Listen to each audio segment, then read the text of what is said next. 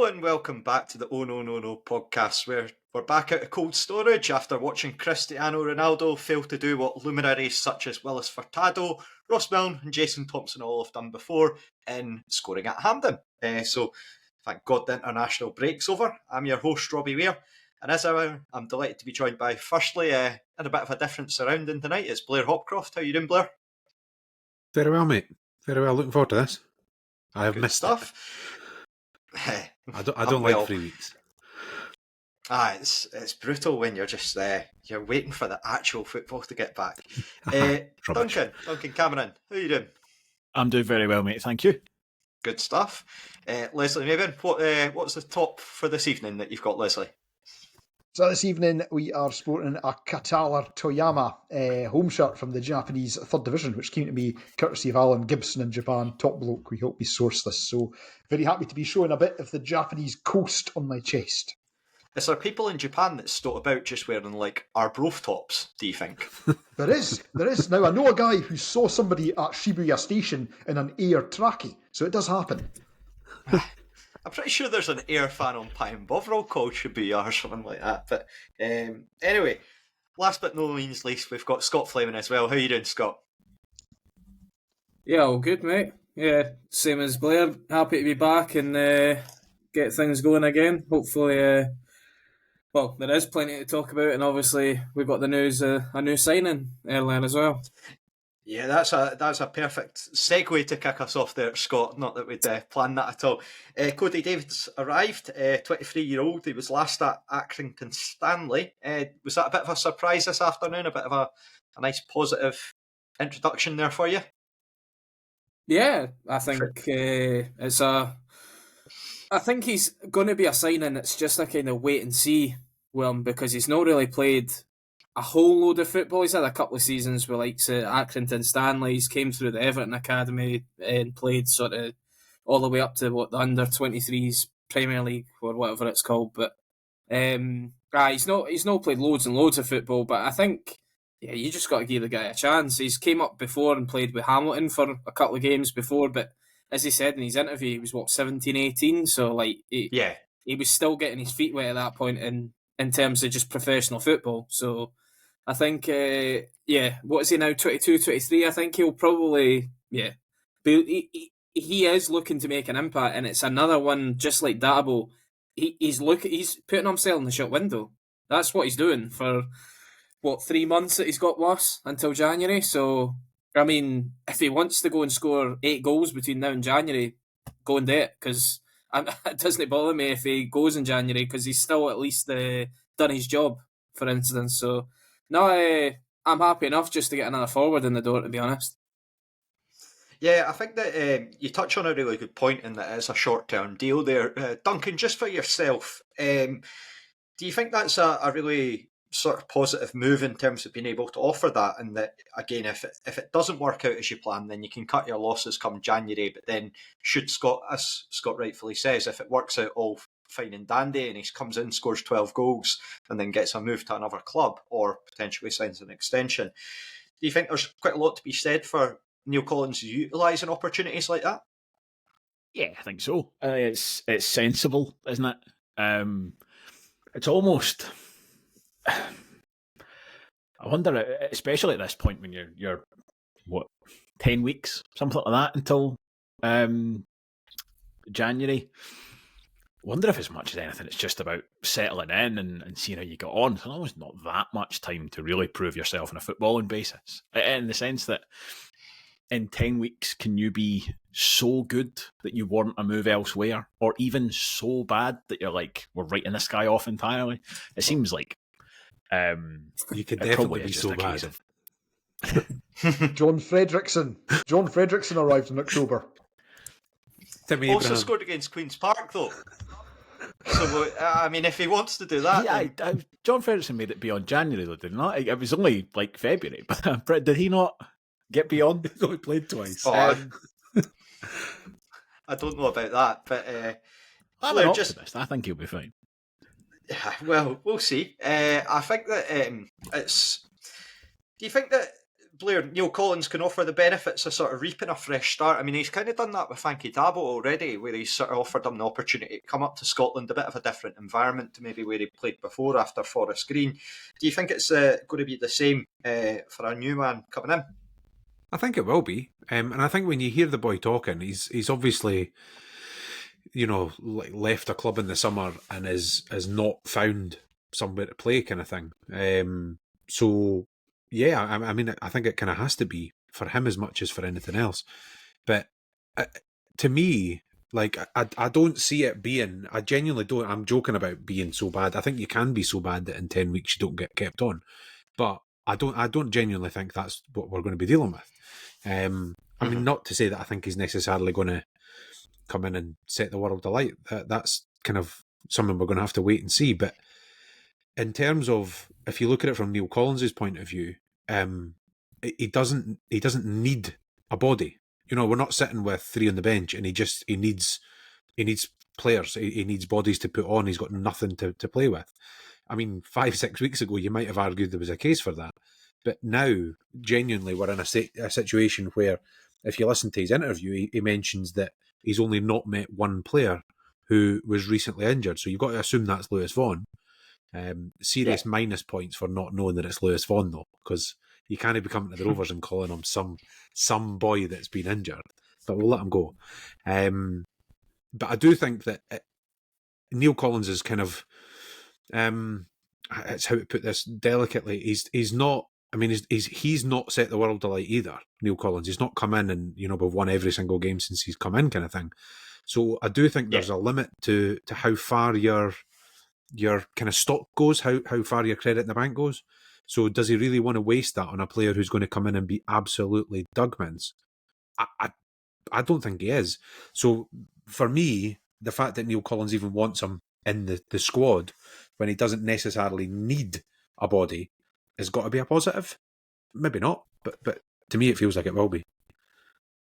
Yeah, and I think as well, it's not like it's it's not a last chance saloon. Go on, Duncan. No, you're right. It's not last chance saloon. I do think, though, it's more of a kind of speculative punt based on his track record, which is only on paper. I've not seen really beyond 2 very short clips, much of them at all. But I think with Dabo as the most recent comparison, it feels a little bit like he's kind of taken a step down to get some football, almost. Yeah. Like, he's not at the club since the start of the season, but it feels like he's obviously been a little bit selective. Like, he's probably had offers that he's declined, and now he's chosen to take this up because he likes the vibe and it seems like it's a good place for him to be. This one feels a little bit more, how many other offers has he had? Yeah. And I'm sure that there's been some, but it feels a bit more, honestly, I think probably what I mean is this one feels a little bit more like our level. This feels like a signing that's perfectly normal for us at this stage. And it's a very small market as well. Trying to get a forward in. So it feels a little bit more like the stakes are higher for Corey David than they were for Dabo. Like, if Dabo is here until January and goes, I can't stick this. This is shite. I'm going home. And goes back down south. That's fine. Like, his track record before he came to us is strong enough that he'll be absolutely fine and he'll just go back to where he was in the same kind of market. Whereas I think Corey David really needs to actually do quite well. So there's a little bit more pressure to it. And so that, I mean, it speaks well of him that Neil Collins is willing to bring him in, because as you say, he's not going to do it for nothing. He's obviously seen something. But I do think it's a slightly different feel to it than when Dabo came in and it was a bit of like, oh, right, hang on, this is a bit of a coup. This guy looks like he could be really, really decent. This one's more of I hope he's going to be really, really decent. But the evidence isn't necessarily there to sort of take it on faith. It's definitely more of a wait and see. I mean, for me, probably doesn't really get encapsulated any more than one of the quote tweets that's sitting from an Accrington Stanley fan. It's past and present ASFC. which says Cody David signs for Raith Rovers, one of the most frustrating players I've ever seen at ASFC. 1 minute looked like a world beater, next minute he looked like he would rather be anywhere but a football field. Hope he gets his head down and works it out. So, yeah, Les, just what was your reaction to see it coming through? Rovers obviously coming out in terms of their own social media, sort of saying he was a forward with flair and finesse, a speedy, skillful striker who's got a preference for playing at number 9. Do you think that eases up a bit of the pressure on Jack Hamilton? And just giving us that option compared to where we were at before? Well, I would maybe offer a complementary opinion to what we've heard before, which is that I think we absolutely did need somebody coming in who can play at 9. So I'd prepared a grumpy wee speech before tonight about how we were letting the perfect be the enemy of the good with strikers, and that, we'd seen guys that we'd turned our nose up or had before, like Stuparevic and Rudden, going out and scoring. And then lo and behold, the Rovers go out and announce a guy who says he can play at 9. So I think a signing like that is needed if he's able to play at 9. I did note he appears to be 6 foot. Now, some dispute as to whether it's 5'11" or 6 foot, but he has hit the magical 6 foot mark. In his own interview, he says he's good at making contact with the ball in the air with his head, but not actually good at heading. Yeah, I like that as well. That was good. It sounds like me when I used to defend at 5s. I was good at doing a Ewan Murray and just taking one in the dish, but I wasn't actually good at getting the header on target. But no, I mean, somebody with a bit of physicality, a bit of presence, I think we're absolutely screaming out for that. And again, hopefully we see the same kind of response. So again, after the Dunfermline game, I was really angry. I was like, we need a right back, and then we lost out to Megwa, and then sure enough, Fankety Dabo came in. After the Morton game, I was like, we need another striker who can put chances away. And sure enough, this boy comes in. Now, having seen his stats and his numbers, he's not exactly been banging them in for fun down in League 2, but, it's a fresh start for him. And I think, like you've said with players a few times, Robbie, sometimes when they're at that age, they just need a move for the penny to drop that they're in the last chance saloon.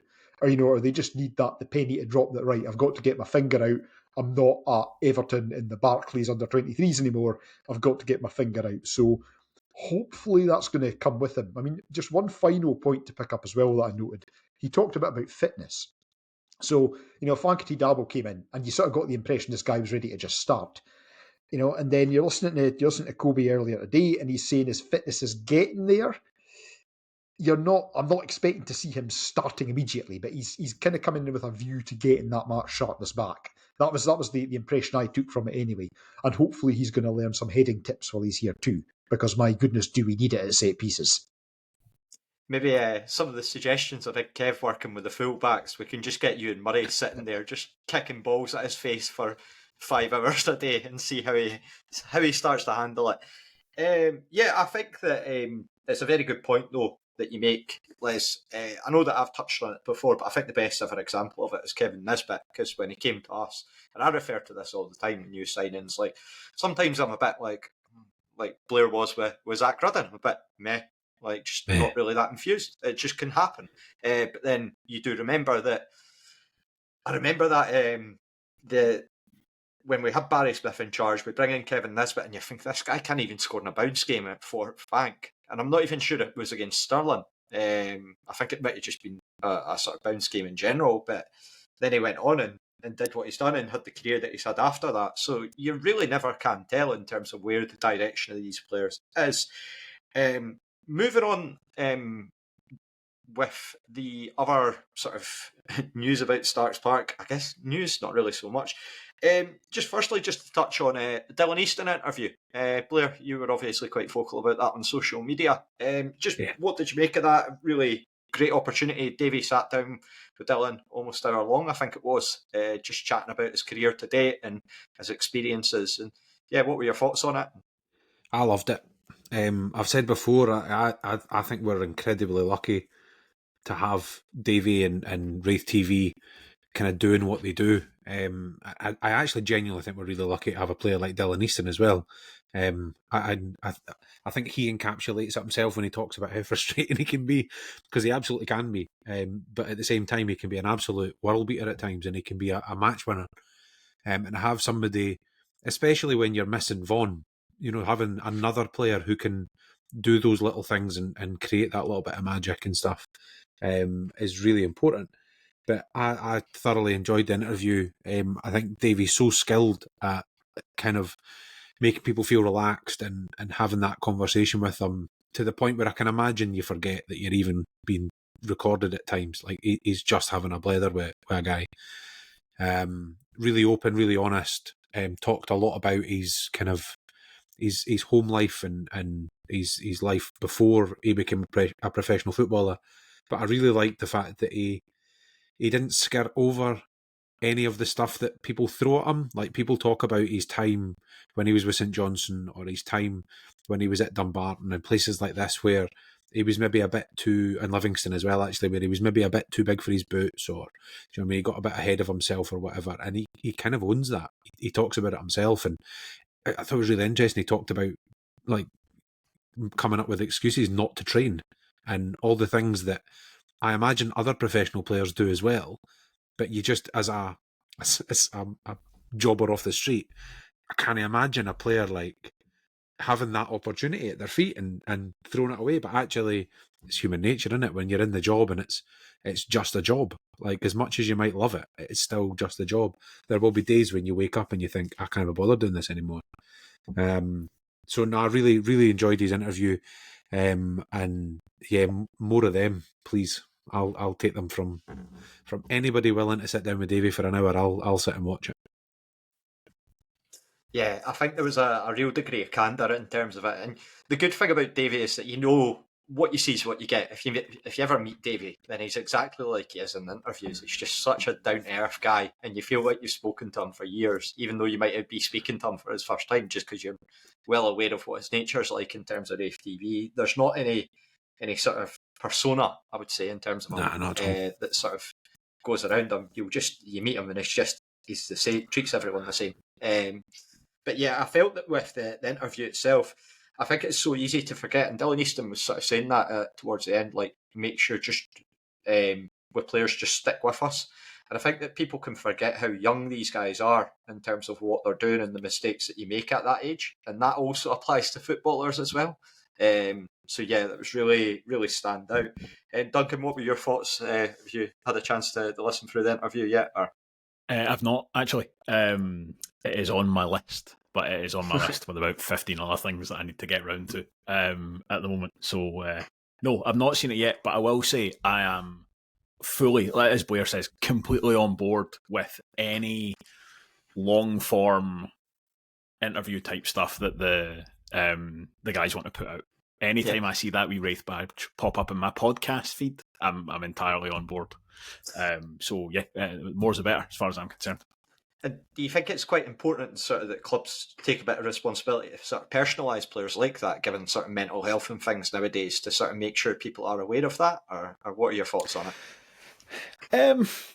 I think it's probably a bit of a case-by-case type thing. And whether it's a responsibility to do it, I don't know. But I do think it helps. I do think it works. And if you get the right players, because obviously there will be guys who cannot think of anything worse than sitting down for an hour and having to answer questions. And understandably so. Famously, you wouldn't get that with David Neary. Let's put it that way. No. Exactly. And that's fine. But that's exactly. But if there's guys who are happy to do it, I think you're right. It introduces a level of, and to be honest, I don't think this is something that we are particularly lacking at this level of football. But you do see it. You kind of people forget that these guys are human sometimes, and yeah, I think it helps when you get that bit of personality, that bit of closeness. I think we saw it in lockdown in particular. You saw the football clubs who did that type of stuff really well and managed to sort of retain a connection, whereas the clubs who don't, it can be very, very easy to drift away. And, how many people across the course of a week, Rover supporters get the chance to have a conversation with Dylan Easton? Probably 4 or 5 bumping into him through the course of just daily life. But if you can put something like that out to a few thousand people, it's a nice insight. It helps just get that personality across. And I think the more you see of that, the more invested you are, and the less it feels like here's 20 boys, 15 of whom are going to change in the next transfer window, and fundamentally I'm not that bothered. Yeah. Like, you want to feel like these are Rovers players and that there's a real connection, and doing stuff like that really helps to foster that. Yeah, 100%. And as I say, I'm all here for future ones as well, much like yourselves. Just the in-between since our last league game against Morton, we also had Ross Matthews' testimonial. Scott, just how good an opportunity was that, do you think, to see sort of just an event really for a player that's been offered so much in terms of Raith Rovers over the last sort of, I think it's about 12 or so years that he's been involved with the club? Yeah, it's when you get like testimonials coming around. I mean, they don't really come around that often, especially these days. Like you would get a few back in the day, like obviously McGurn, Davo. He was actually really close to getting one. Would have been Benny, to be fair, because he was about 8 or 9 seasons with us. But like really these days, I don't see really where the next one's going to come from for us. Like, obviously, you never know when any of the young lads or whatever, if they hang around for long enough, like what Matthews and Vaughan have done. But no, it's good just to recognise this, and the fact we've had back-to-back very quickly with these two as well, and the fact that these two came through at the same time and stuff like that. I think it's just, it's just great to see these two do so well, and the fact that they've been playing it a high standard now for so long, and the fact that we got them so young as well, it is just good to see. So, and the fact that they're both just really nice guys as well, it kind of just tops it off, to be honest. And as David says in his interviews a lot of the time, it's kind of like you do want to just see from time. You don't need to see it all the time, but for time to time, just the human side of these guys, just to see what they're like away from the pitch, because you'll see Ross Matthews just tearing around like a heedless chicken, going at times trying to half boys, and then you're like, but then he seems the totally opposite off the pitch. So like, it's good to see, and yeah, I hope that the two of them continue to play for us, because I think they've been great servants, and I don't see why we can't keep them on for another few years. Yeah, 100%. I think that Ross in particular, just really, really down to earth guy. I've only met him the once, but yeah, just really feet on the ground, just very transparent, very honest. And he was coming back from his sort of injury issues that he'd had that plagued him for so long. And I think that's part of the charm about these guys as well. The fact that they've gone through these difficult times, and supporters can see how much it means to them when they do come back, and you see the moments that they get. Again, for the two of them, you look back to the Partick game at home. Ross Matthews scores the goal to put us back ahead at that point, and then Lewis Vaughan scores the winning penalty. So both iconic moments out of those games. Leslie, what were your thoughts on the game itself, and just an opportunity, Neil, as well for sort of Neil Collins to give some of the lads that maybe had a bit less game time to get on the pitch as well? Absolutely. And I think one thing we absolutely have to not get into the trap of doing is analysing how we played in a testimonial. Because we did the same with Lewis Vaughan. You're on a hiding to nothing if you do that. You know, you don't want to be the people that are putting the angry emoji reactions on Facebook when you can see a goal and what is effectively a glorified friendly.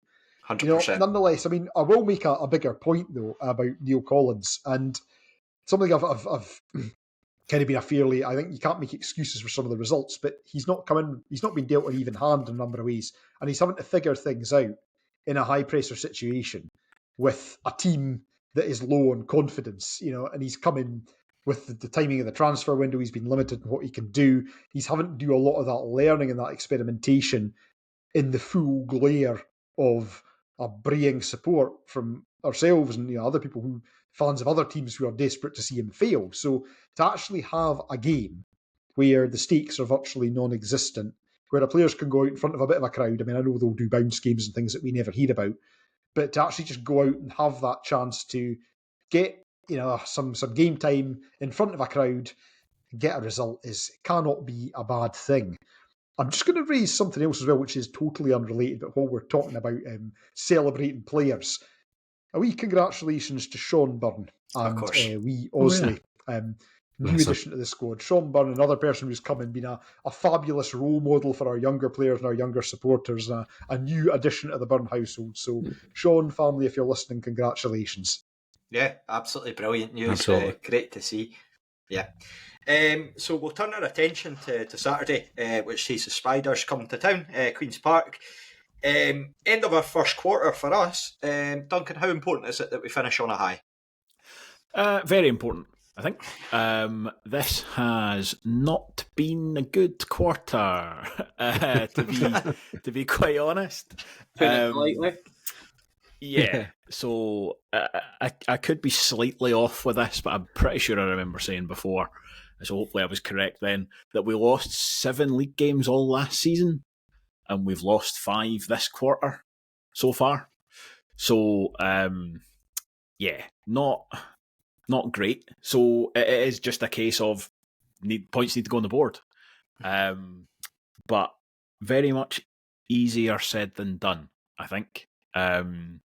Queen's Park, quietly impressive, actually.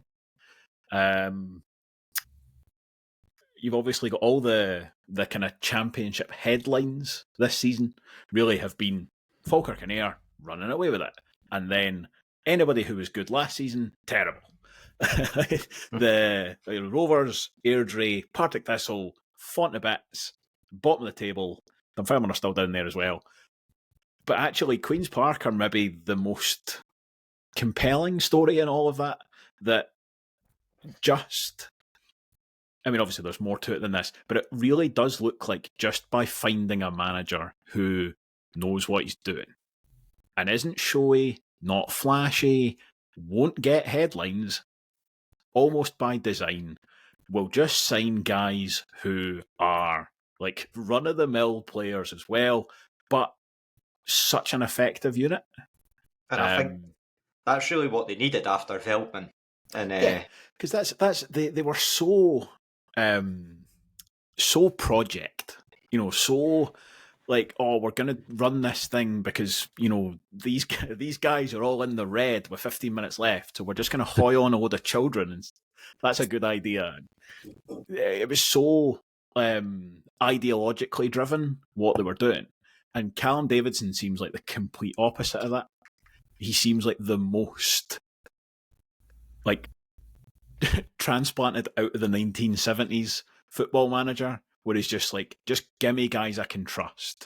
Mm-hmm. Guys that I know live within a half-hour drive of the ground, that I've worked with before, who'll put a shift in. Like a great example of that was Killian Sheridan last season, where he was like a joke figure at Cali Thistle. Couldn't get a game. When he did get a game, he couldn't move. Moved to Queen's Park, and I think everybody was like, ha ha, look at Queen's Park, they're absolutely a joke. They've got rid of all these Dutch guys, but look at what they're trying to rescue it with. And he was great. He was brilliant. And then they lost Rudy Payton in the summer. And it's like, well, there's all your goals gone, so what are you going to do now? And yeah, they bring in Zach Rudden, and somehow that worked. They've been fine. So yeah, I'm actually really interested just to see them, because I don't think I've seen them since the opening day. They were on the telly against Falkirk, and they looked really poor, actually. So it'll be interesting to see what they look like in the flesh, because I say that the results have been genuinely impressive, but there's nothing really that you would point to normally to go, as I say, you're like, all right, so they've got Zach Rudden up front.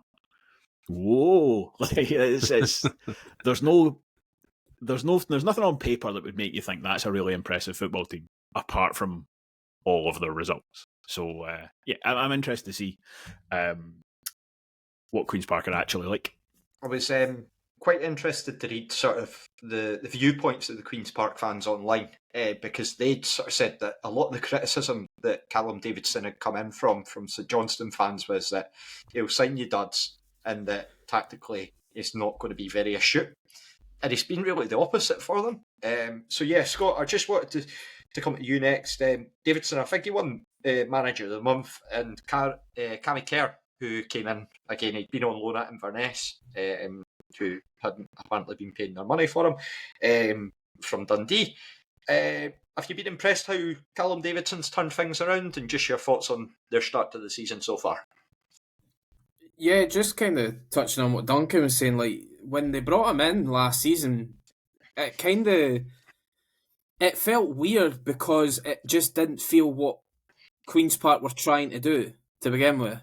Like they had come out and said, look, we're going to do this project that's going to take 4 or 5 years to bring all these young 18-year-olds through to a point that they're probably wanting to sell them on and make some money, basically.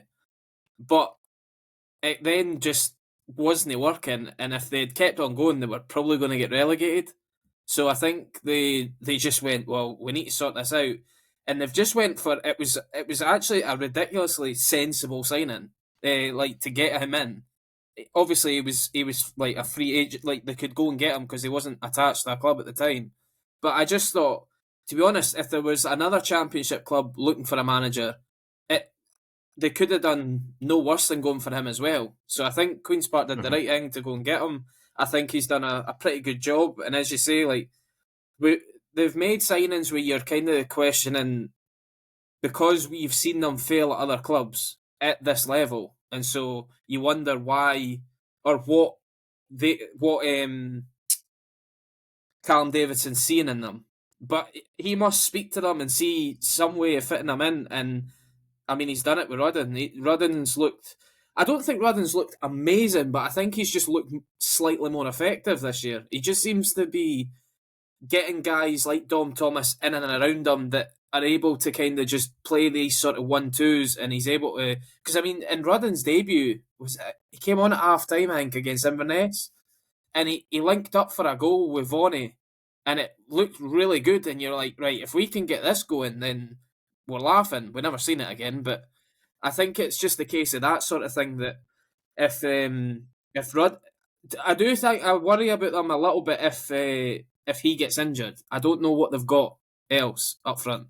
So I think if then Dom Thomas also got injured, I think they're really struggling for going forward. But I'm also fairly impressed by their start. So I think Callum Davidson's done a fine job, to be honest. Well, I think we'll go into their sort of tag team of heelishness, that shall we call it, that you get with Queen's Park. So I'm going to come to you, Blair. Just Zach Rudden, top goal scorer, the baby giraffe, as he's been known before. Right. Have you checked the odds on him scoring in front of the South Stand for Saturday? How are you feeling about that one? I haven't, but I'll be putting a fiver on it. I don't know, blame you. Zach Rudden, he's just one of the players that, like I said it last season, and I was quite honest about it for the start. I wasn't convinced when we signed him, and then when we did sign him, he was kind of decent for a week, and then kind of seemed to fall away again. But I do think there was an element of that was that we didn't use him the way he was meant to be used. It's like we didn't read the instructions that came with him. I mean, I've not seen all of his goals this season so far, but I would be surprised if there's any outside the 6-yard box, because that's pretty much him. He's a poacher. He's literally standing on the goal line. The one that was against Dunfermline, wasn't it? He's literally standing. Duncan. Yeah. Bounces off him. So I think I don't know if it was the official Twitter or not, described it as like... Just Duncan, I'll just let you finish that quickly. I was going to say, I think we got a bit of disruption there. I was going to say, the official Twitter from Queen's Park, I think, described it as like a sensational flick, and he's literally trying to get out of the way. The ball is going in the goal, and he's trying to step over it, and inadvertently knocks it into the goal. But better than knocking it wide of the goal, which he managed for us. Anyway, back to you, Blair. No, it's to echo that completely. I just think if you use them properly, you might have half a chance of actually getting something out of them. And we obviously didn't. And I mean, I hated watching him in a Rovers shirt. I'm going to go ahead and say it, and I know it'll come back to bite us on Saturday, but he was awful for us. Like, his first touch was rotten, his movement was terrible. He didn't even really look like, I don't know, he ran about a bit, but he looked like a headless chicken at times. And it was a shame, because as much as I was meh when we signed him, the one thing I thought we would get out of him was that hard work and endeavour and all the rest of it, and we kind of got that, but we never even made use of that. But I'm beginning to wonder how much of that was us and not him.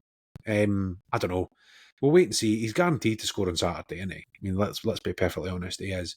And so is Dom Thomas, because he's a dick too. So, well, we'll come on to him very shortly. I think with Rudden, it was a strange one, because he did get in among the goals to a slight degree. I remember discussing with Sean online and sort of like saying that like Jamie Gullen had a better sort of goals and assists per minute ratio, but I don't think there could have been much between them in terms of last season. But yeah, Rudden sort of came in, started positive, but it just really, really tailed off at the end. But as you say, Blair, I think it is probably a fair point that how much of that was actually the way that we were utilised. Whether he's maybe better if he's got other players about him, it's really hard to say. But again, this is now a different Rovers team with a different manager. Maybe the system that we use is going to be one that causes him issues come Saturday. And yeah, just to turn to the other side of the tag team partner, that is Dom Thomas, Leslie. Just what do you make of the Dom Thomas of it all? Do you think that we might have an opportunity to keep him quiet, given the sort of signings that we've made this season with Stevenson and Dabo? Oh God, Dom Thomas gives me the fear. Dom Thomas he's one of these players that I always feel anxious when he's on the pitch. And I don't know why it is, because I mean, clearly, like my dad keeps saying to me, remember, he's probably playing at this level for a reason. But you know, he's clearly found an environment where he's playing well and he's doing quite well. And no, he's one of these players, a bit like Dylan Easton, actually, where as long as he's on the pitch, he's always got a moment in him, and he only needs one moment to give you a goal. Like Dylan Easton, he's also probably a really sound guy off the pitch, an absolute weapons grade bell end on it. But you know, like Dylan Easton as well, as I say, he's one of these players, if he's got the ball at his feet, it can either go horrendously wrong, or he will give you a rocket from 30 yards that will lead to a goal. And I think that's what gives me the fear with him more than anything else, is just the moments of quality that he has in him.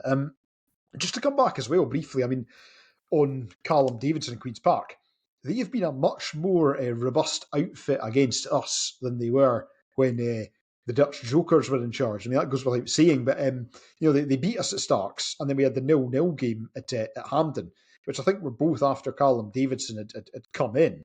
So our record against them hasn't been great since Callum Davidson took charge. Although, I mean, like Blair was saying, I think that's down to us as much as it is down to them. But no, I mean, as I say, one of these players who has always got a moment in him, who's always got a goal in him.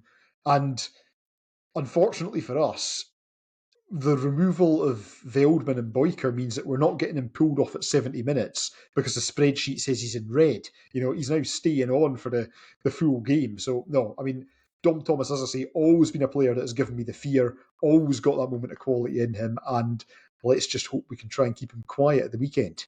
So I would almost have Dom Thomas and Zach Rudden down as sort of polar opposites, in that sense that, like, can you ever imagine someone saying the sentence, like, I don't think we're using Dom Thomas properly? Because there's no question of how you use Dom Thomas. Like, he knows... Unless you're Peter Grant and you stick him in a defensive midfield, was it? Yeah, there's always an asterisk of, apart from stuff Peter Grant would do. But it's just like Dom Thomas is so... Like, it's blatantly obvious what he does well, and it's almost a case of, will he do it this week or will he not? Like, as you say, Les, sometimes he's quiet for 88 minutes, and then he cuts inside and he whips one in the top corner. I see Zach Rudden, I think, is the polar opposite. Zach Rudden has, like, 15 different things that he can do well, but I don't think he knows, or his manager knows, which one or two or three of them you'll get on any given Saturday. It's like that. It's a cinch Hatton Ben Arfa, basically. I don't even know, like... Rudden... Because I agree that we didn't use him well enough last season, but I don't know that he was necessarily, like, in the car going home thinking, oh, if only they do this other thing. I don't think he knows necessarily how he should be best utilised. Like, he's just... Because sometimes he does things and you're like, that's why you've been... I mean, for the last 5 years or something, Zach Rudden has generally been at a higher level than Raith Rovers. Put it that way. It's only really just in the last 9 months that he's actually had to drop back. And it's like, you can see why they hang him, like Dundee effectively have kept him around for so long in these little glimpses. And they've effectively just ran out of patience of trying to put it all together. Because you can't rely on it. But it's almost beyond, like, just, if we'd only played it to his feet more, or...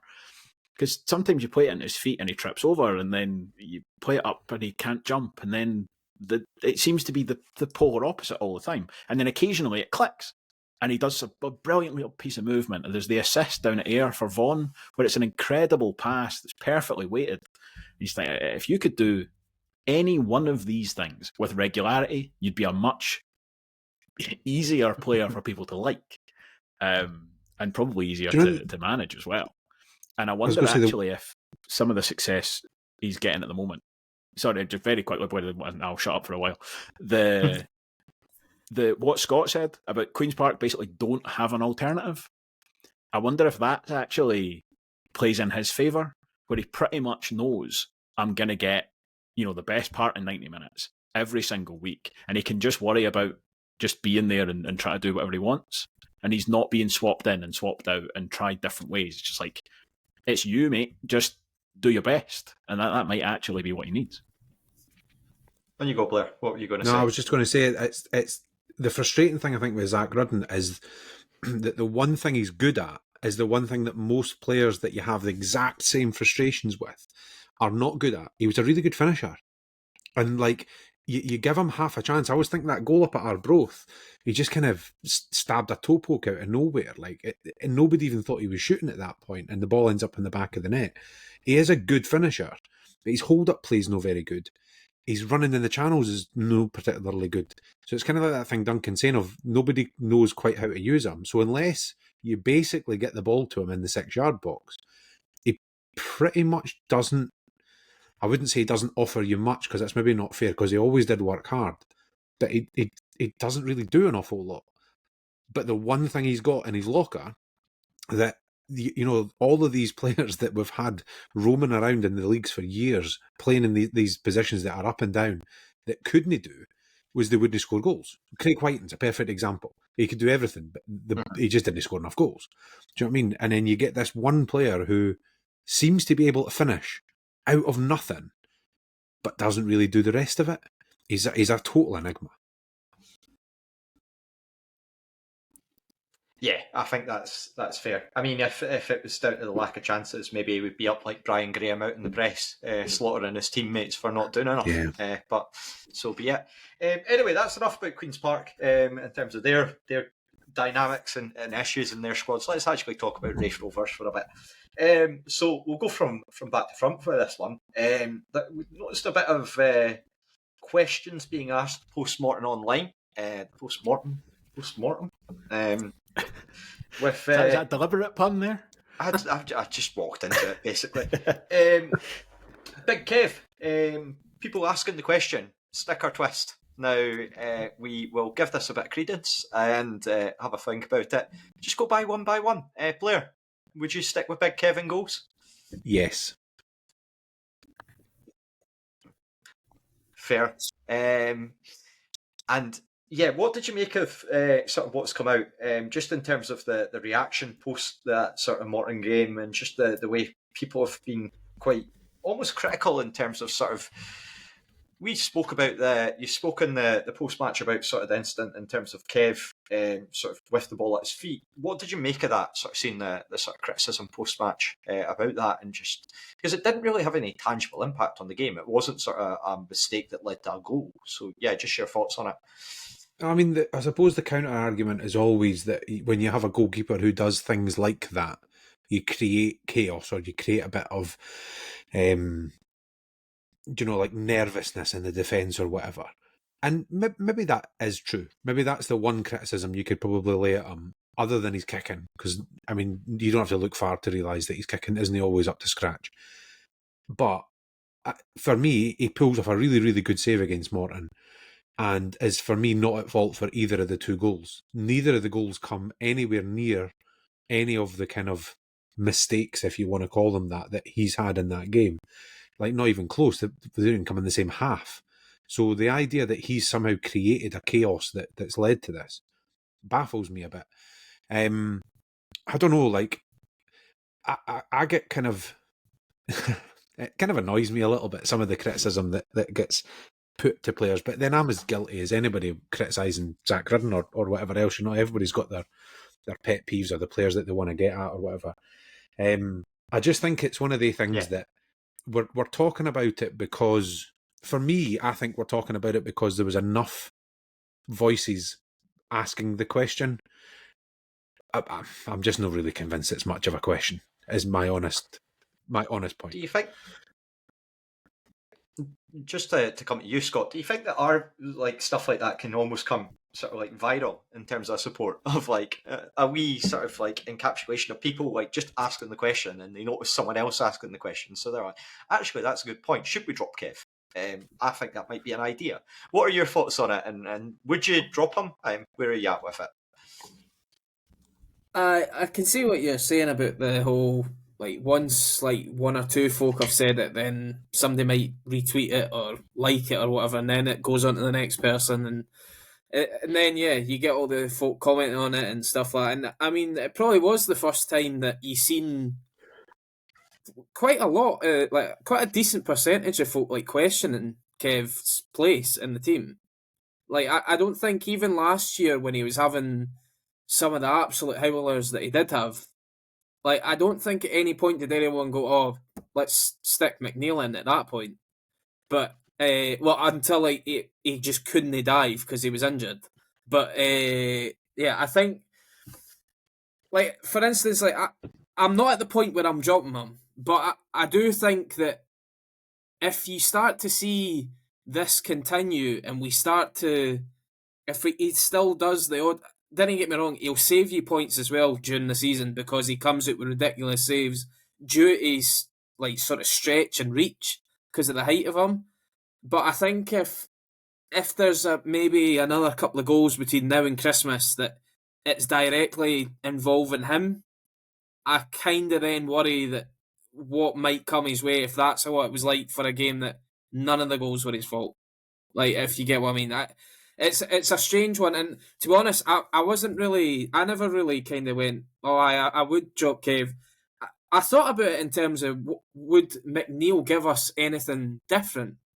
McNeil doesn't give you the sort of the reach when it comes to these sort of ridiculous saves that Kev does, but I think McNeil is a better footballer in terms of at his feet. That's the only thing that he's a more modern, well, Kev's a modern goalie, but he just can't seem to kick the ball. But McNeil seems to be able to be more comfortable at that. But I actually think that McNeil, I don't know, he seems a bit small for me when it comes to a goalie. I mean, McGunn was small, but McGunn made up for it just again by being ridiculous. But I think, to be honest, it wouldn't surprise me if McNeil maybe gets one or two games if we got like a decent cup draw. In terms of the Scottish Cup, if we got like a lower league team, it wouldn't surprise me if we played McNeil then. But for now, I don't see us dropping Kev, considering we've basically had him as our number one since he's came in. Yeah, I mean, for me, to be honest, I think even in the cup, I don't think you can really take the risk. Like, and I think that probably speaks a lot about Kev as well, that you want your goalkeeper in there. But yeah, I mean, for me, I would stick with him. Just, I feel like the amount of points that he picks up is like just incomparable to what we would potentially lose. I know that you'd sort of hinted about that sort of before, Scott. Just, Duncan, where about you sitting on the whole thing? Do you think we're giving a bit too much credence to this argument or fought into it? Yeah, I do actually. I was going to say it might sound dismissive. It is dismissive. I'm dismissing it. I think it's a talking point for lack of other talking points, to be honest. I think we get beat by Morton. Nobody kicked the ball in their own net. Nobody got sent off. We were going into a free weekend. People needed something to talk about. And for whatever reason, that incident, I mean, we talked about it a fair bit in the post-match because it was notable and it was unusual. But as Blair already said, 5 minutes after that, he made a save that I don't think any other goalkeeper in the division makes. And like we glossed over it because we get beat, and I said that at the time. But no, I think honestly, I think it's ridiculous. If I'm completely candid, because and listen, this is going to sound like I'm having a go at Andy McNeil, and I don't mean to, but like it's no Gigi Buffon sitting on the bench waiting to come in. Like, it's a guy who went out on loan to Edinburgh City last season and was fine. Like, he was fine in a team that got relegated from League One. Now, I wasn't expecting him to save them single-handedly, but he didn't get rave reviews either. Like, he is a backup goalkeeper at this level. There's not... Like... Nah, I think... I can't remember who I was talking to when I said this, but if you'd said to me at full-time after the Morton game, you can swap Kevin Dabrowski for any other starting goalkeeper in this division, I wouldn't. I still think, given everything, I think he's the best goalkeeper in the division. Now, actually, by the end of the season, will that be the case? I don't know. Morton have got a decent goalkeeper. There's a couple others who are decent players. But I don't know. If you ask me to start writing a list of things that I think are a problem or have been a problem with Rovers this season, I don't think Kevin Dabrowski makes the top 15. And that's probably about enough. I think I've made my feelings clear on that. Yeah. And I think that's the thing, though. Is people can be really vocal online about, like, sort of in terms of criticism, and that's, again, everyone's entitled to their own opinions. But at the same time, there's also a lot of silent people that will be sitting there and will be saying, "Yeah, I think that we've got a very good goalkeeper there," who might be quite dismissive of that. Leslie, are you the same frame of mind, or are we going for the full house here for the Oh No No No podcast? For me, it comes down to what exactly are you trying to achieve. So you could drop Kev, but what would you achieve by doing so?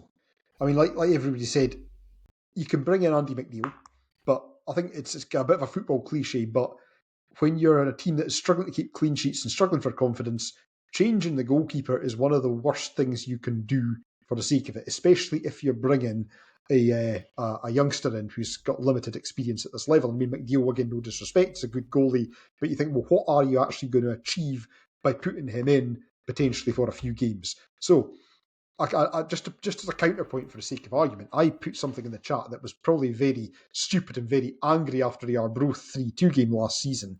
And I said, if Kev keeps making mistakes, we should be going in the other direction and bringing in an old warhorse. And at the time, I'd suggested somebody like Adam Legston's at Dundee. Now, I'm not for a minute suggesting that, but if you did get to a situation where you feel you need to change the goalkeeper and we're struggling to keep clean sheets, you need to be looking outside and you would need to be looking at somebody with significantly more experience.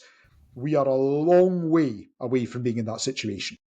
We're a long way away from being in that situation. I am not calling for Scott Bain or Adam Legstons or a ghost of Eiji Kawashima to come back to the championship. But I think, as I say, for me, it comes down to what exactly do you hope to achieve? I wouldn't be against making a decision like that if we get to that point, but we are very far away from that at the moment with what we have at our availability. If we have budget, I think another goalkeeper is absolutely not the priority. Right, okay, so Blair is having a few technical difficulties just at the moment, so what we'll do is we will take a short break and we will be back after that in full numbers. This episode of the Oh No No No podcast is brought to you by, well, no one actually.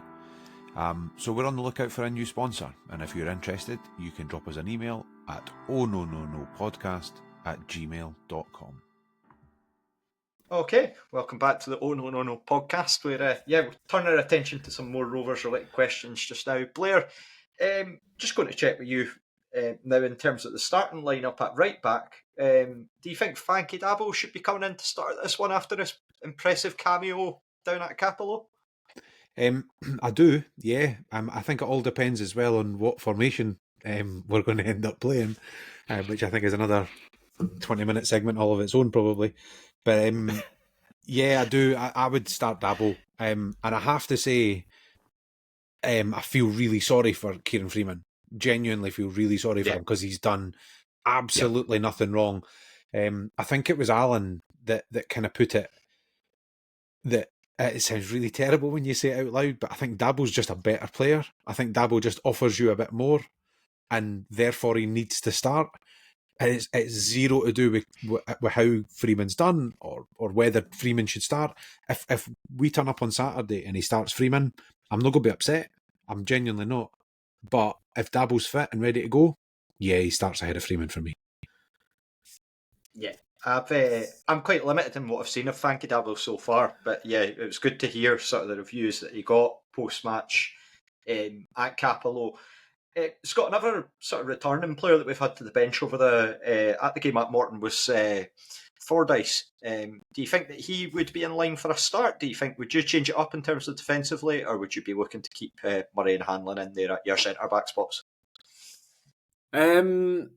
I think obviously Fordyce also played in that testimonial, and I know that the testimonials aren't played at like 100 miles an hour, but it wasn't also just a walk in the park. It was played at an alright sort of pace, but I think another sort of week to 10 days of training. I know they did get a couple of days off, like a long weekend, to the fact that we didn't have a game, but they still have been in training as well. So I think he'll be kind of up to speed again. And to be honest, I think the fact that Ewan Murray obviously sat out the testimonial, if Ewan Murray's not 100% fit, I just would go with Fordyce, because I mean he's proven at the level anyway. So I don't see there's no I don't think there's a big risk in going, oh no, Murray's not quite fit enough. We can put Murray on the bench if we need him, but we've got a handy enough replacement in Fordyce, who was also in a playoff team last year, and he was one of the leaders for them last year as well. So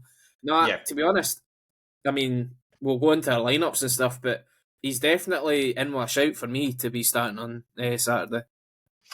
Yeah, for Fordyce, it's a one where you do really wonder how much Airdrie have missed him. And there was an article with the Courier that came out during the week that was actually a really good read, where he was just talking about how frustrating it's been. You come in, you start a lot of the League Cup games, and then you get into league duty, and then opening day, the day before Ian Murray loses his job, then you're getting injured for 10 weeks.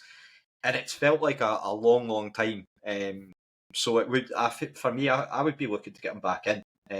I'd be really interested to see what Neil Collins actually does in terms of the defence and whether he changes it up. So that'll be one to decipher come 2:00 on Saturday, no doubt. Just to come to yourself, Duncan, Scott Brown, he's obviously returned back into the fore as well. Do you think he'd be in line for a return given how we looked? And again, when Neil Collins makes a substitution at Capello at half-time, bringing Sean Byrne off for Scott Brown, would you want to see the two of them together? Maybe Ross Matthews dropping back, or what would be your thoughts on that situation? Yes, I think in the same line of thinking of getting all your best players on the park, Scott Brown, I think, is one of the best 11 football players at Raith Rovers, to be quite honest. So, yes, and I think that on the face of it, yeah, he came off the bench at half-time against Morton, and we got worse. But I don't think that was anything to do with him. I think that was the kind of the balance and just the way that game went. And yes, I think you're right. The way I would seek to redress that balance would be to keep Sean Byrne in the lineup and put Scott Brown next to him, which does unfortunately mean that Ross Matthews drops out. And I think a little bit like Freeman, probably to a slightly lesser extent, to be fair, but I don't think Scott... it's not a case of dropping Ross Matthews. It's a case of just bringing in guys who are becoming available. I would actually just quickly on Freeman, I would echo exactly what Blair said. I think Kane Freeman, if anything, has been coming onto a game. But Dabo looked very, very good when he came off. I think he's kind of been biding his time, and I would have him in as well. And actually, just to answer everybody's questions, I also agree with Scott. I would have Callum Fordyce in as well. I don't think it's a case of, everything's been terrible and we need to tear it up and start again. But I do think we have been poorer than everybody would have liked. And these guys coming back give us something different. And maybe it's even just enough that they've not been involved. And they're not sort of tainted. They're not they've not been directly, not even culpable, but like involved. And actually, Callum Fordyce, as you say, was in the paper, like he's had to sit and watch that for all that time. So, but maybe that his mindset's different.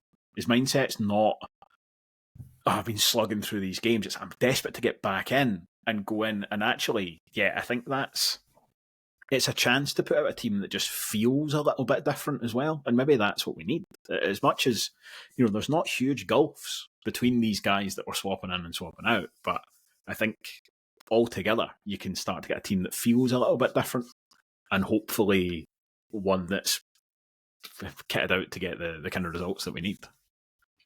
Yeah, I think that to go back to Fordyce and sort of what's been said, Neil Collins, he did an interview recently where he was just talking about how much of a leader he is on the pitch. And I know that we're not a squad that's sort of lacking in terms of the leaders, but you saw that in like cup games where Fordyce would get on the ball at points and he would just start barking orders before playing a pass. It was great to watch as a fan. Like, that's the sort of thing that you love to see. Leslie, just to come to you, just to take a bit of a different tack with things. For the international break, did you see that as sort of being as a bit of a help or a hindrance to Rovers, would you have rather just got on with things, or do you think we'll benefit from taking that time away from league duty? I mean, personally, as a fan, you just want to get back out there and put it behind you and get the next game under your belt as soon as possible. But from a playing point of view, just to echo what the other guys have said, one thing a defeat does is it gives you license to make some changes. And it's particularly if you've had guys that haven't done anything drastically wrong. So again, I would just third that, Kieran Freeman, he's not been at fault. He's not done anything wrong. Dabo is an older, more experienced player who's played at a higher level. Whether it's a back three or a back four, it gives you the chance to bring Dabo in. Likewise with Fordyce, Ewan Murray, he's not really done anything horrendously wrong apart from being a lot of running backwards. But it gives you that chance to then say, look, we're actually going to change things. And for the manager to be able to say to the guys on the training ground, especially to Kieran Freeman, look, this isn't your fault. You're not at fault for any of this per se, but we're wanting to try something a bit different here. Your time will come. So it gives you the chance to make those changes. Having the international break maybe gives the guys the chance to just reset as well. Some of the guys that maybe weren't quite 100%, so Finlay Pollock, for example, maybe gives them a chance to rest up. We don't know how far away Sam Stanton is now. It maybe just gives us a chance for a few guys that were touch and go. Scott Brown, Callum Fordyce, similarly, just gives them that wee bit of extra time. So given where the squad was at, it's maybe not a bad thing to have had that little bit of extra time for everybody to rest, for the guys that weren't quite there to get there, and also to get another player in through the door. Not, as I said at the start, I'm not expecting to see a young Mr. David early on, but it's another body that's in there that can get us through the 90 minutes. Yeah, absolutely. To be honest, you've covered the rest of the points that I was looking to talk about. I think that Stanton, when he gets back in the squad, Well done, I think that's going to be a really big boost. And yeah, as you say, to have that extra body, it'll act as a bit of a help as well for Jack Hamilton. There won't be as much pressure if you do have, because I know that it got touched on before when we've been talking there, sort of saying that we didn't really have a second number 9. You had like additional forwards, but the kind of role that they play is less in terms of what you'd expect of a traditional number 9. So yeah, very very positive that we've got that option to be able to change it up off the bench. Let's move into the sort of lineups and predictions for this one. I'll start off with yourself, Duncan. Have you got I know that you were a bit tight for time. Did you manage to get a lineup put together? Yes, I did. If I've forgotten anybody obvious, then tell me. But I do have one here. So yes, very clearly Kevin Dabrowski in goal. I have stuck with the tried and tested 4-2-3-1. I do wonder if this will be the move to the back three. Yeah. If you were ever going to do it, and I mean, I did it for the last 20 minutes against Morton, that international break is, it's as good a time as any to just spend a good amount of time working on shape and all that stuff. And I think this will be the acid test for that. I think if we're playing a back three on Saturday, I would expect to see it pretty much exclusively for the rest of the season. as long as we have enough centre halves to go out there. But as for me, I'm yet to be convinced we've got the forward players in the right places. I would be much more comfortable with it if Sam Stanton was fully fighting fit. I think he does enough of the jobs by himself that a lot of it then starts to make sense. But for me, I've gone 4-2-3-1. So Stevenson, Hanlon, Fordyce and Dabo is my back four. Brown and Daddy Byrne in the base of the midfield, as mentioned. I have gone Pollock, Easton and Mullen as my sort of forward three. Pollock and Mullen, I feel like I say this every week, those wide positions are coin tosses. You really could throw in any one of about 7 different guys into those 2 slots and make a good case for them. And then, Jack Hamilton up front. But I think what I would also, though, in addition, like to see is I would like to see Lewis Gibson and, Cody David. I would like to see just 20 minutes. Just Pollock is probably the only player in that starting lineup who's direct. We know Gibson is. David says in his interview that he reckons he's direct. I mean, to be fair, David asked him, describe your style of play, and he described about 7 different players worth. He's like, I like to go through the middle, down the channels. I'm direct. I'll come deep. I'll try and get my head on the ball. Not so good in the air. Football manager traits must be just a giant list of things. It's like Championship Manager 0102, going back to Rory Delap, where he had sweeper, defensive centre back, defensive midfielder, centre mid. Yeah. But that's, to be fair, what he should have said, looking if he had a better understanding, understandably he doesn't, but if he had a better understanding of the makeup of this squad, he should have just said, I'm an out and out number 9. That is all I will do. All I want to do. And he'd be guaranteed to just come on for Jack Hamilton every week. The 2 of them would just swap back and forth. So yes, hopefully we get to see a bit of him as well, and just get a real feel for what he's actually like and what he might bring to the table. Yeah. The point that you made about the 3-5-2 would be one that I think that with Queen's Park, and because they've got the threat going down the wings, particularly with Dom Thomas, that's going to be a real acid test if he does decide to go down that route.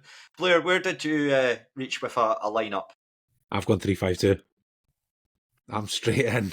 Have you? Talk to me. Actually, I tell you the 2 of them hating it. I do think that the bigger talking point, actually, something that Scott kind of stumbled on just before we started recording, because while we've been talking, I've written my starting 11, and then I've written all the available players that could potentially be on the bench, and I'm currently at 13. Yep. And we're not allowed 13 subs. Who do we think we are? Partick Thistle? Totally. Presuming, based on the interview with the guy today, presuming that Vaughan's the only player that he's not met, therefore the rest of them are in training, how close they all are is another matter. But 13 potentially available on top of your 11. I've gone Kevin goals, like we've said already, not even up for debate. I've gone a back 3, Murray, Hanlon and Fordyce. I want to see Hanlon in the middle of that, personally. I think he's the solid centre half. The other 2 more kind of towards the side of that. Although I could see Fordyce in there as well and being able to step out if he needed to. Dabo at right wing back. Look at Scott's face. He's hating every second of this. Stevenson at left wing back. I would have Byrne in the midfield. And again, actually would have him quite deep. I'd have Brown and Easton in front of him. I think if you've got Byrne sitting at the base of it, it frees up Brown to do more of the Sam Stanton role of being box to box and back and forward, but not having to be a number 10. So my hope is that he provides the energy, Easton provides the magic. And then I know Les said we shouldn't read too much into a testimonial, but Lewis Jameson was very, very good at number 10 in the first half. Very good. He then moved him out wide in order to get Kai Montague on. I can't believe, Duncan, you're the one disagreeing with this here, but I'm telling you, he was very good. No, so I'm not disagreeing. That was a smug face. Oh, was that smug face? I would have Jameson in 10 and Hamilton up front. Yeah, I would be very, very interested to see that. As you say, just with the depth that we've got in our squad at the moment, with these players returning, I think that, and Neil Collins, something that he's, one of the very first interviews that he mentioned, he's very keen to get players playing in their actual positions. So now he can be afforded the opportunity to do that. Scott? I think, sorry, just to jump in on that, they've only, to come back to this back three, I think the same problem comes back though. The 13 players that are on your bench, are they all wingers? No, because it's like most of them are. There's, believe it or not, there's two fullbacks. We have a right back and a left back. What I mean. The strength and depth is one of which who doubles as a centre back. Exactly. But the quick point I wanted to make there that I keep coming back to is I just think the 3-5-2, too many of our good players end up on the bench because they are wide players effectively who just don't have a home in that system. That's my primary concern with it. I would agree to a point, and I'm not going to labour this too much because I know we need to move on and let somebody else give their starting 11. But Connolly for me is the only player other than Gibson probably, and Gibson I think is still a wee bit down the pecking order with Collins. Connolly's probably the only player who doesn't have another role but can still play wing back. He's done it before, so there's the option there. But for me, I still like to see Pollock potentially playing at 10 as well. I still think there's a job he could do in there. He's got the energy for it. He's got the legs. That kind of Scott McTominay type role, I think could suit him quite well. And Mullen, I still think Mullen is now better centrally than he is out wide. I just don't think he's got. It's not that he's not got the legs, because that's no fair. He runs. I don't think he runs with the ball enough for me to be playing as a winger. I think, see with Mullen, I think he's intelligent enough as well as a player to play that central role. Yeah. Like, he's not that type of winger before. Like, I such view him as more of, wide midfielder almost. But he's the type of player where you can see him sort of threading passes and being able to do that role and transition into that sort of position. Scott, just for you next, what are your thoughts on things? Yeah, to no surprise to anyone, I've not got a back three. I'm not going to lie. I'm feeling a little bit 2 o'clock on Saturday, just because the fact that this is the best chance we've had under Collins. I genuinely think he is going to do it, and so I'm the same as Duncan. I just don't think, because most of this squad was signed by Ian Murray, we've not got enough players that can play this formation. I think if you give Neil Collins a full transfer window in terms of a summer, then you could probably look at it, because he's then going to buy or sign players that fit his system. So that's why I'm a bit sceptical of the back three just now. But anyway, I've gone, the usual 4-2-3-1. Kevin goals. I think it's the same back four as Duncan, Dabo, Fordyce, Hanlon and Stevenson. I'm bringing in Scott Brown again. I just think, the sort of job that he does for us, there's not really many other guys does it. Obviously, Stanton runs about probably even more, but I just think Brown can dictate a game for us, and if you've got Byrne beside him as well, the two of them can play the game at their own pace and then decide what they want to do with the ball. So I think I would go with them two in the middle. I've gone differently in terms of out wide.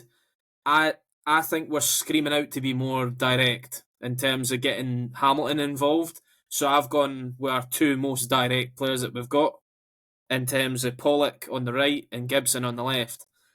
Again, I don't see this happening just purely at the fact that we've not seen Gibson since the Pars game. So, and then I've got Dylan Easton at 10 with Hamilton up front. And then I've got 9 out of the 13 available on the bench. You can name whoever you want on the bench after that. see when you first said, like, I'm afraid he's going to do it, you sounded like all the terror of a news anchor when Vladimir Putin comes up, saber rattling about threatening to nuke the whole of Europe. Like, that's just what it reminded me of. I just think that we don't have enough players that can play that formation yet. That's the only thing that makes me. I'm like, yes, they're probably working on it and training, but I just think that we've got too many wide players that are then going to be asked to play a different role that they're probably ever been used to play. And what have we said in the last month? Can we start playing people in our position for a start? So I think that's the only reason that I've kind of been against it, to be honest. Leslie, where are you on this? I've just changed my formation. I was going to have a 3-5-2, but I thought it was going to be like the Ring, and Scott was actually going to come out through my screen and grab me.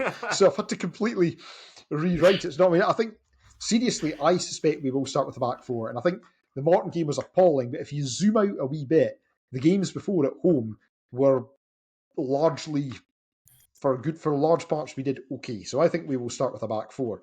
With Dabrowski in goals, Stevenson at left back, Hanlon and Fordyce at centre back, and Dabo at right back, Brown and Byrne at the base. What I do think we will see is maybe something that Blair mentioned. I think we will see Jameson at the 10. I think we'll see Easton on the left, Pollock on the right, and we will see Hamilton up top. Yeah. I would agree in terms of sort of the direction that we're going. I think that we will go for the 3-5-2. I mean, if it was for me, I would go for the 4-2-3-1. Stevenson, Dabo being your wing backs, Fordyce and Hanlon in there at centre backs. You've got Brown and Byrne, Pollock, Easton, Gibson, Hamilton going down that route. But then, I can just see it being the two wing backs for this one. But yeah, very interested to see as to what comes up at 2:00 on Saturday. Shall we go for Should McStay or Should Dargo to round things off? I know it's been a bit of a mammoth episode, but we have had an international break, so we're letting off some steam here.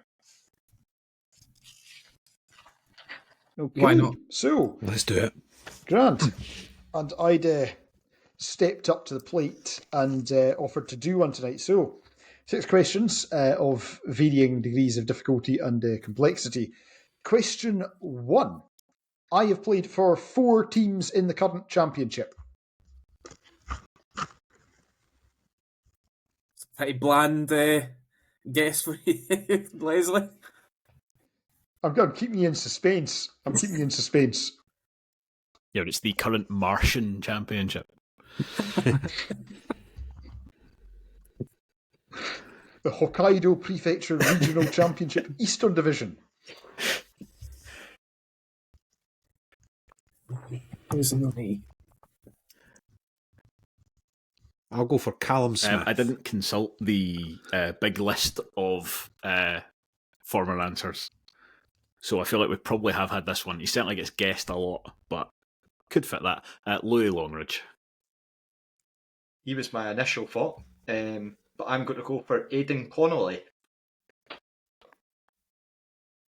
Callum Smith's actually quite a good answer, now I think of that. I'll Thanks, go mate. with Ben Williamson. Okay. So, but Robbie's gone with Aidan Connolly, Duncan's gone with Louis Longridge, Scott has gone with Ben Williamson, and Blair's gone with Callum Smith. Question 2. My name would score 22 in Scrabble. Jesus Christ. His full name or his surname, Les? The name that we know this player by, first name, surname, the name that we know this player by when they play.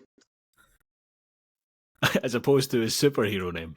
I mean, like things like not middle names or not like players Oh, from that's right. parts of the world play have much longer. We had not Johnny Paquito Russell or with his something like that, not his kind 4 of middle like, names. I'm going to change to Right, okay. Zach I've Rudden. not played Scrabble for years.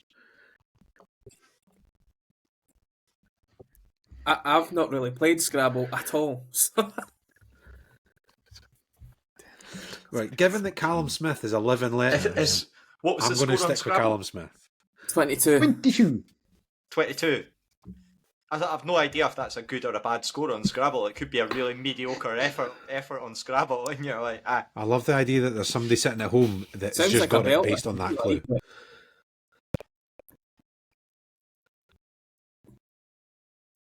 Sitting with the Scrabble. I'll back that Bob's got on that one. Aye. Hi, Bob. I'm going to stick with Louis Longridge. He's got a lot of vowels in his name. Maybe they're quite low scoring and keeps him quite low. I've got no other answer, so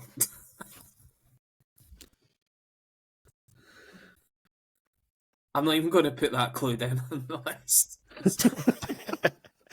Disregard. Just acknowledge it as a clue. I'll take 5 clues instead of 6.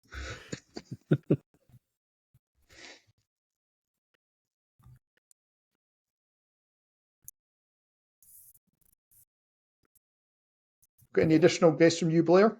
Oh, Callum Smith. Sorry, I thought I'd said. I'll stick with Callum Smith. Ah, right, no. Thought you were really deep in thought. I thought you had the Scrabble board visualised in front of you. I've basically counted his So, Actually, 11 the letters. So. table behind them. Right. So, clue number 3. I have played with Andrew Barrowman. I have played against Colin Cameron. And my teams have played against Ian Murray and Neil Collins, but I wasn't on the pitch that day. So played with Barrowman, played against Mickey, and what was the end of it? Yep. He was in teams that came up in league games against Ian Murray and Neil Collins, but was not selected for those games. Right, so that's putting him back a good few years. So I think all of our guesses so far are a bit out of It's, the all out. it's aye, this is going to be somebody of Aye. a decent age then. So he's got to be playing. I mean, Cameron No came offence, back. guys. Aye.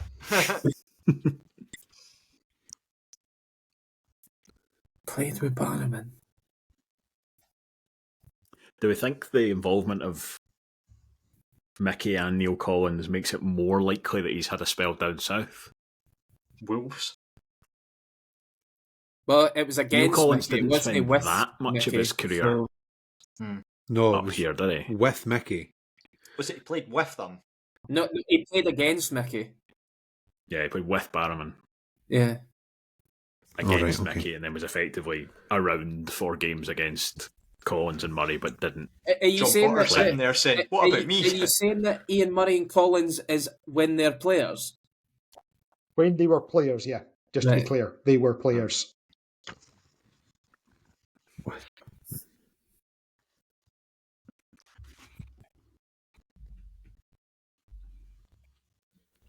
Sorry, I realise that if it looks like I'm typing and I'm Googling things, what I'm Googling is the current championship table to remind myself who the 10 teams in the division are. That's the level at which my brain becomes soup when we start playing this game.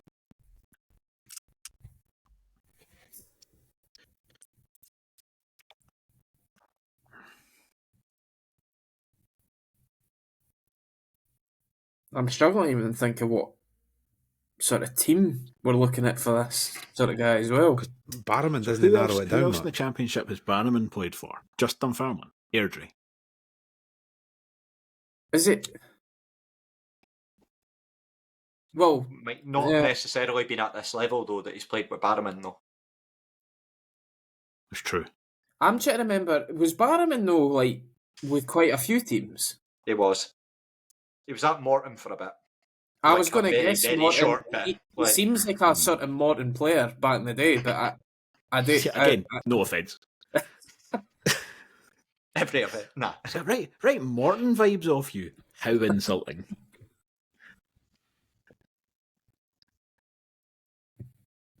I've not even got a guess, and it's certainly not Ben Williamson's, but I've just not got a guess.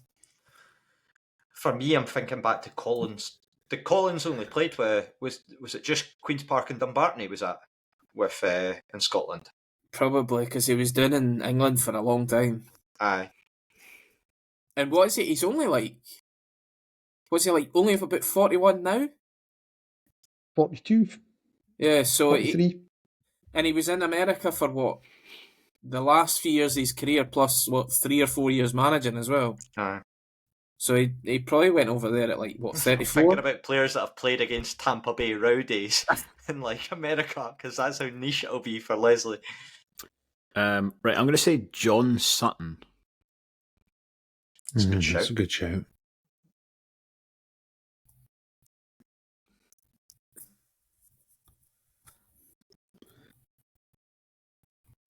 Nah, I'm going blank with this one. Nah, not going to get one off that one.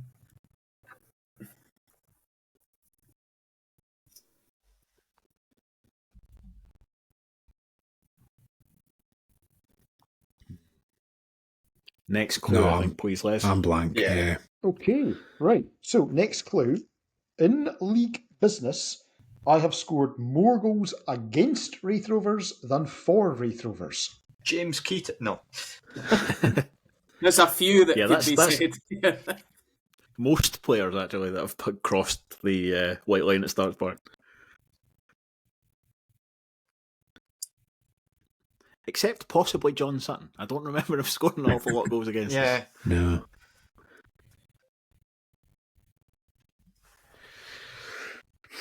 I think the fact that Les is talking goals lends us, or kind of points us towards a forward. You wouldn't say, oh, I've scored more goals against the Rovers than for the Rovers if it was a defender, would you? Or would you? Okay. There's no defender that springs to my mind that's a goal scorer against us.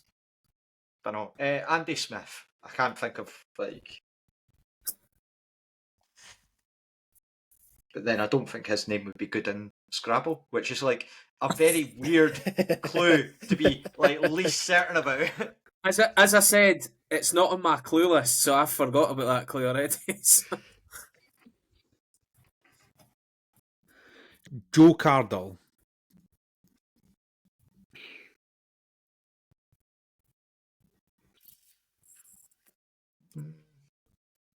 Did you get that, Les? Yeah. See, while we're talking about those lists, can you just give a recap of the clues just so I can write them down? So, clue 1 was I have played for 4 teams in the current championship. Clue 2 was that my name would get a Scrabble score of 22. Clue 3 was that I have played with Andrew Barrowman against Mickey Cameron, and my teams have come up against Ian Murray and Neil Collins, but I was not on the pitch that day. And then clue 4 is that I have scored more goals against Raith Rovers than for Raith Rovers. I actually thought that was a decent answer there with Joe Cardle, but I'm struggling to pick a 4th team that he's played for in the championship. He was at Airdrie. He played for Thistle. Dunfermline. Oh Christ, I Partick didn't and even know he Dunfermline. was at Airdrie, so there's Yeah. your 4th now. I knew he was at Dunfermline and Partick, but I didn't know about Airdrie.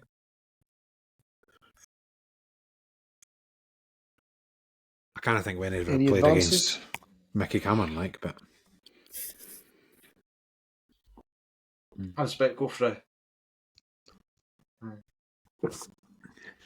I mean, he's got to have spent time Right. in the same league as us to have scored more against us than he has for us.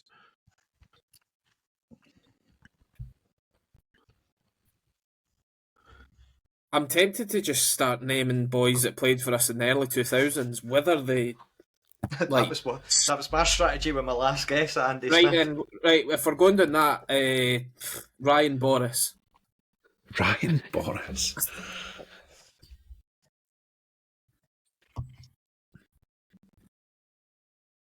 So I've got a guess for everybody except Duncan. Duncan, any advance? No, I'll stick with John Sutton. There's a Queen's Park fan out Right. there just wondering what the hell's going on. Okay, so clue number 5. Fair play. For if my there's- entire career, I was within 1 kilometre of a major water body until my current club, which is 400 feet above sea level.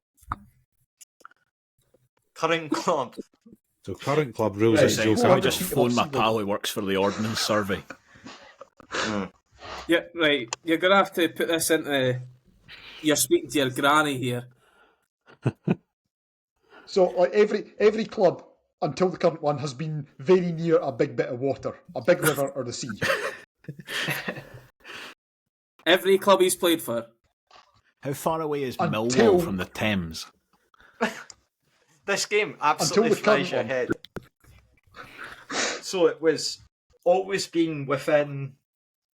A kilometre of a big bit of water. A big sea 400 or metres. a big river. Sea level. Les, feel free to decline to answer this. His current Mm-hmm. club, is he still playing, or is he just employed by a football club at the moment? Still playing or just employed by? I'm not giving too much away if I say it's no Ross Millen, so. No, so what I mean is he's not a manager or technical No, director it's a or player. something. Still Player. a player, right? Okay, Player. perfect. Cool. Aye.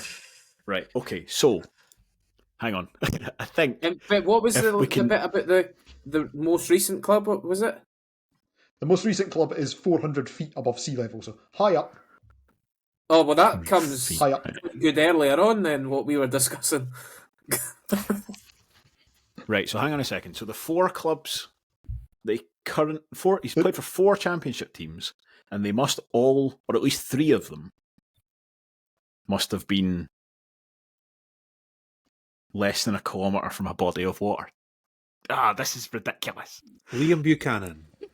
So it can't be Airdrie. Can't be Dunfermline. I don't know how close Still Berwick a is to body water. rig, is he?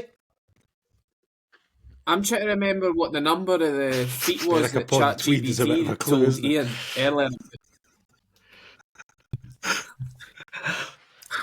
Jesus. Oh. Les, this is brutal. I've not got anywhere near an idea. There's always one clue that absolutely scunners you. Like, I was thinking David McGurn, and then I was like, David McGurn's no scoring goals for anyone, let alone.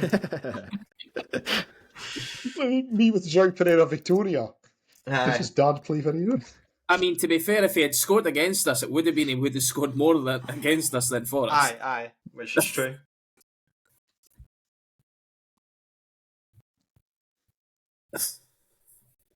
Oh, Grant Gillespie.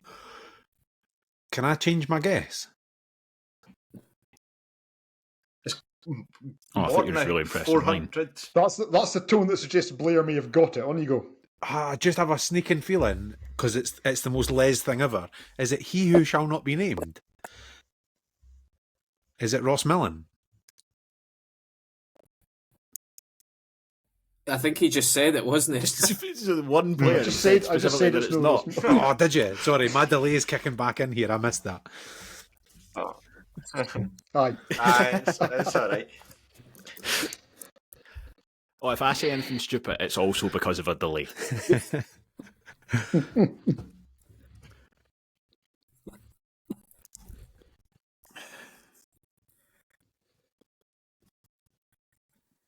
Yeah, we just got one clue to go. You've got one clue to go, potentially 2. I'm definitely going to need another clue. Right, let's go. Okay, so final clue, and I think this is one Second of these last it's going to clue. be the one that. Okay. In 2 successive seasons, in 2 different leagues, for 2 different teams, I have been denied promotion by Raith Rovers. 2 6.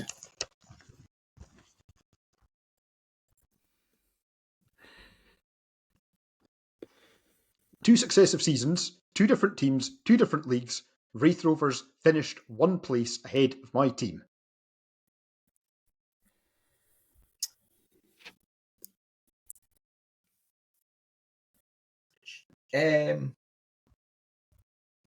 John Baird. Declan McManus? I was thinking Baird earlier, but I thought, I don't think he's scored that many goals against. He has scored goals against us, but I don't think I'm going to cut in Successive the interest seasons. of time because Mr. Cameron has got it. There's a happy Declan face. McManus. Fuck's sake. Declan McManus. Yeah. Wales is So- full of stuff that's above sea level. But they don't actually. TNS don't actually play in Wales. They play in England and Shropshire. So, That's what I meant. talk you through so he's played for Morton, he's played for Dunfermline, he's played for the Rovers, and he's played for Falkirk. His name gets a Scrabble score of 22. He played with Barrowman at Morton. He played against Mickey when Mickey was at Berwick. Fleetwood, when he was at Fleetwood, they played against Neil Collins, Sheffield United, but he didn't get on. He was in the Aberdeen squad when Murray was at Hibs, but he didn't get on. So he scored goals for us for Morton, against us for Morton, Dunfermline, and Falkirk. Oswestry, where TNS play, is 400 feet above sea level in Shropshire. And as we all know, he was denied promotion when we knocked Dunfermline out of the playoffs, and he was denied promotion from League One in the COVID season, which he got very upset about. Very good, though. That was what put me onto that there. When you said denied promotion, I was like, that Declan McManus language.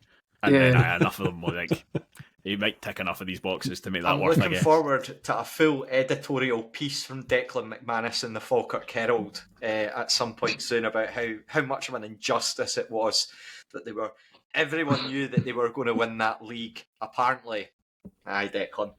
Italian television took a couple of Scrabble points off him the other week when they named him as Declan McAnus. How are you scoring in Scrabble a small C? But Stan scores the same as any other C. It's a proper noun, so I think it's nae points in Scrabble. You're really going to be able to chart the moment. Score. You're really going to be able to chart the moment on the analytics when this podcast just dips down into like single figures. Scrabble Wars. It was like in K107 that time when Angus started a conversation with me about dams while we were recording. I mean, you see Graham's like, come on, get back to topic. You see the numbers are just dropping off, and he keeps asking me questions about Japanese dams. Shall we call it there, lads? I think that's probably a good point. I need to go for a lie down. Aye. Just if you've recovered from your tension headache, then thanks for taking the time to listen to the podcast this evening. We will, of course, be back with our post-match review on Sunday. So, fingers crossed that we can see off the threat of Zach Rudden and Dom Thomas, and then we'll be back as well. Again, next week with another teaser and Should McStay or Should Dargo. We'll see if Leslie can prep one up for us again and be crying again like Declan McManus after the end of a league season. But until then, thank you for taking the time to listen, and bye for now.